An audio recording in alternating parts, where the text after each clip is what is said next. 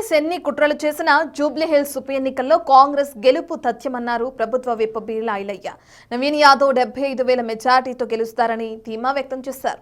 BRS కండువా కప్పుకున్న వాళ్లే కాంగ్రెస్ కి ఓటు వేస్తామని చెప్తున్నారని అన్నారు ఐలయ్య. ఏ ఇంటికి వెళ్లినా మీరు రావాల్సిన అవసరం లేదు, మేము మీకే ఓటేస్తామని ఓటర్లు సంతోషంగా చెప్తున్నారని అంటున్న బీర్లా ఐలయ్యతో మా ప్రతినిధి హేమ ఫేస్ టు ఫేస్. ప్రస్తుతం మనతో పాటు ఎమ్మెల్యే బీర్లా ఐలయ్య ఉన్నారు. ఎట్లా జరుగుతుంది ప్రచారం, ఏంటి?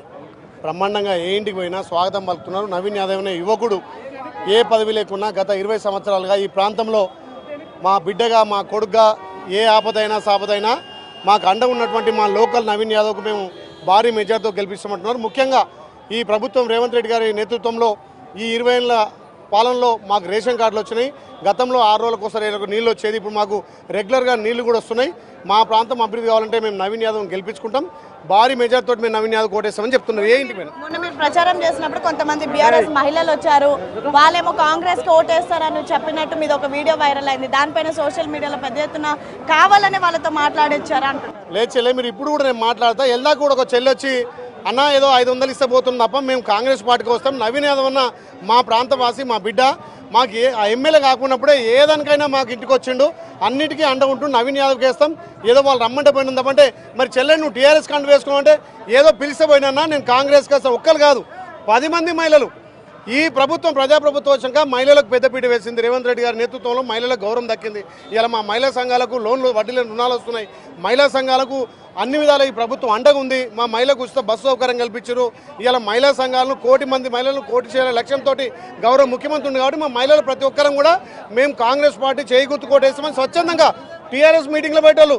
మంత్రి మల్లారెడ్డి నేను చెప్తే డాన్స్ చేస్తుండే ఆయన, అంటే మా దాంట్లో ఉండి కూడా మీకే ఓటేస్తారంటే మీ ప్రచారం అట్లుందని చెప్పి ఆయనే అన్నాడు. కాబట్టి ఎవరిని అడిగినా, షాపుకు పోయినా, హోటల్కి పోయినా, దుకాణం పోయినా, కిల్లి కొట్టుకు పోయినా నవీన్ యాదవ్ చేయగుర్తు, నవీన్ యాదవ్ చేయగుర్తు అని చెప్తున్నారు. ఓడిపోతారనే భయంతోనే ఎమ్మెల్యేలు, మంత్రులంతా నియోజకవర్గంలో తిరుగుతున్నారు. బీఆర్ఎస్ మాత్రం ఓన్లీ 1 మ్యాన్, అంటే కేటీఆర్ ఒక్కడే తిరుగుతున్నాడు అంటూ వాళ్ళు ఆరోపణలు చేస్తున్నారు. అట్లా అనడానికి వాళ్ళకి ఏమైనా సిగ్గు శరం ఉండాలి. తెలంగాణలో బై ఎలక్షన్ సంస్కృతి తీసుకొచ్చింది కేసీఆర్. ఎక్కడైనా ఎమ్మెల్యే ప్రమాదపడి చనిపోతే వాళ్ళ కుటుంబ సభ్యులకు ఇచ్చేది. గతంలో రాజశేఖర రెడ్డి గారు అని, అదేవిధంగా చంద్రబాబు టీడీపీలో హయాంలో కానీ. ఇవాళ బై ఎలక్షన్లు మునుగోడు కానీ, హుజురాబాద్ కానీ, అక్కడ హుజూర్ నగర్ కానీ దుబ్బాక చేసినప్పుడు మీ మంత్రులు, మీ ఎమ్మెల్యేలు, ముఖ్యమంత్రి ఆ అధికారాన్ని అడ్డం పెట్టుకొని విచ్చలవిడిగా డబ్బులు పంచి మీరు చేసిరు బై ఎలక్షన్. ఇవాళ మేము మా మంత్రులు పరిపాలన అభివృద్ధి చూపిస్తున్నాం. మీ లెక్క డబ్బులు పంచో, ప్రలోభ పెట్టో, అధికారం లోపరుచుకోనో అధికారులతోటి చేసలే. ఇవాళ మేము స్వచ్ఛందంగా ఈ ప్రాంతంలో అభివృద్ధి అంటే కాంగ్రెస్ తోటి అభివృద్ధి అవుతుంది అని చెప్పి చేస్తున్నారు. బై ఎలక్షన్లు మొత్తం ఆగం చేసి బై ఎలక్షన్ మొత్తం డబ్బు పంచింది సంస్కృతి బీఆర్ఎస్ పార్టీది. మీరు కూడా డబ్బులు పంచుతున్నారు. కాంగ్రెస్ పార్టీ 5,000 తీసుకొని బీఆర్ఎస్ కోటేయనని మొన్న రోడ్ షోలో కేటీఆర్ కామెంట్ చేశారు. డబ్బులు పంచాల్సిన అవసరం మా పార్టీకి లేదమ్మా. మాది ప్రజాప్రభుత్వం. మేము 20 నెలల్లో ఏ రకంగా పరిపాలన అందించడం, సన్న బియ్యం కానీ, తెల్ల రేషన్ కార్డు కానీ, 500కే గ్యాస్ కానీ, 200 పేదోడికి 200 యూనిట్ల ఉచిత విద్యుత్ కానీ, ఇలా మహిళలకు పెద్దపీట వేసి ఇన్ని సంక్షేమాలు అందిస్తున్నాం. మేము డబ్బులు ఇవ్వాల్సిన అవసరం లేదు. కేటీఆర్, కేసీఆర్ 10 ఏళ్లలో దాచుకొని వాళ్ళు ఓటుకు డబ్బులు ఇవ్వాలని చూస్తున్నాం తప్ప మా ప్రభుత్వం, మా గౌరవ ముఖ్యమంత్రి మా సంక్షేమాలను మేము చెప్పి మేము ఓట్లాడుతున్నాం. కాంగ్రెస్ కి భారీ మెజార్టీ ఇవ్వబోతున్నారు. చివరిగా 14th రోజు గెలవబోతున్నారనే ధీమా ఉందా? భారీ మెజార్టీ తోటి ధీమా కాదు. ఎక్కడ ఏ షాపుకో, ఏ ఇంటికో, ఏ రోడ్డు మీద పో అన్నా మేము కాంగ్రెస్, అరే టీఆర్ఎస్ వాళ్ళకి కండువలు వేసుకొని చెప్తున్నారు చెల్లె, ఇంకా అంతకన్నా ఏం కావాలి? టీఆర్ఎస్ ర్యాలీలో పోయే వాళ్ళు మేము చేయి గుర్తుకొస్తామంటున్నారు. ఇది చాలు. 14వ తారీఖు 75,000 మెజార్టీ తోటి కాంగ్రెస్ పార్టీ నవీన్ యాదవ్ గెలవబోతున్నాడు.